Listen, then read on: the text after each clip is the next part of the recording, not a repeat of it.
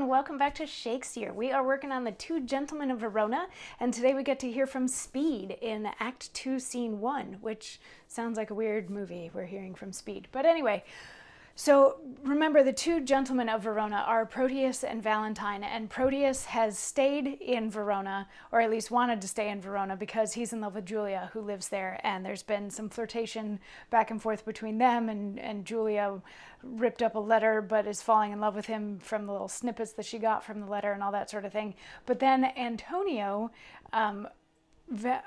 Proteus's father, was like, you need to get out of here and like travel, so go meet up with Valentine somewhere. And that was basically the end of Act 1.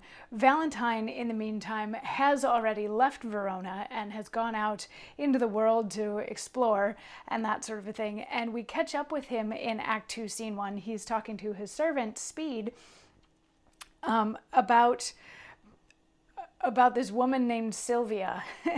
And Valentine has gotten a little moony over Sylvia, and Speed is teasing him about this. Like, yeah, you're crazy over this woman that you're fallen in love with. And Valentine is like, how do you know that I'm in love? And Proteus says, Mary, by these special marks.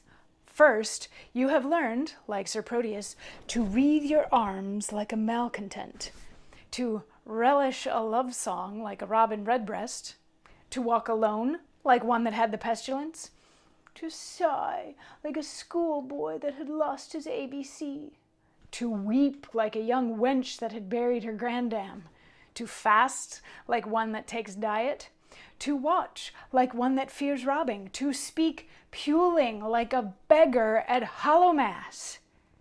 You were wont, when you laughed, to crow like a cock, when you walked, to walk like one of the lions.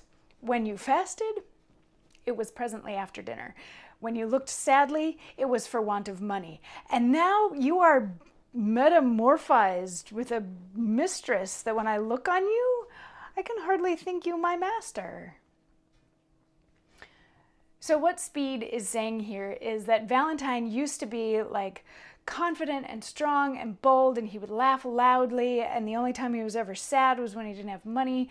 But he's turned into this man who like goes walking by himself and sighs like a schoolboy and loves the love songs now and all this sort of stuff, like all these indications that he's actually in love. And Valentine's like, okay, well, fine, maybe I am in love, but how can I help it? Like, Sylvia is so gorgeous. And Speed is like, no, she's really not. You just think that she is.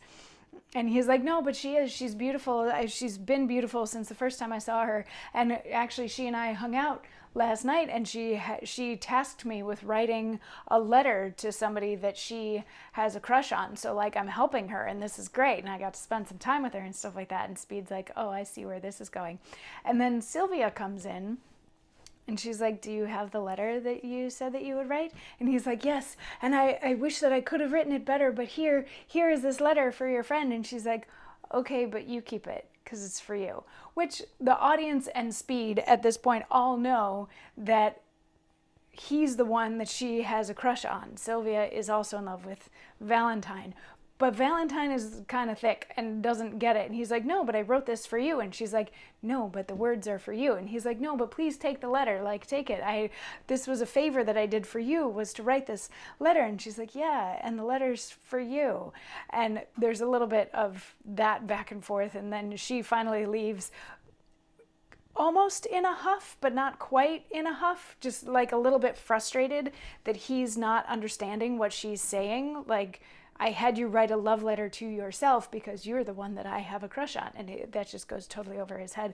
So she leaves, and then he feels bad that she's upset. And he's like, oh, I have to fix this and stuff like that. And Speed is like, you're an idiot. She had you write a letter to yourself.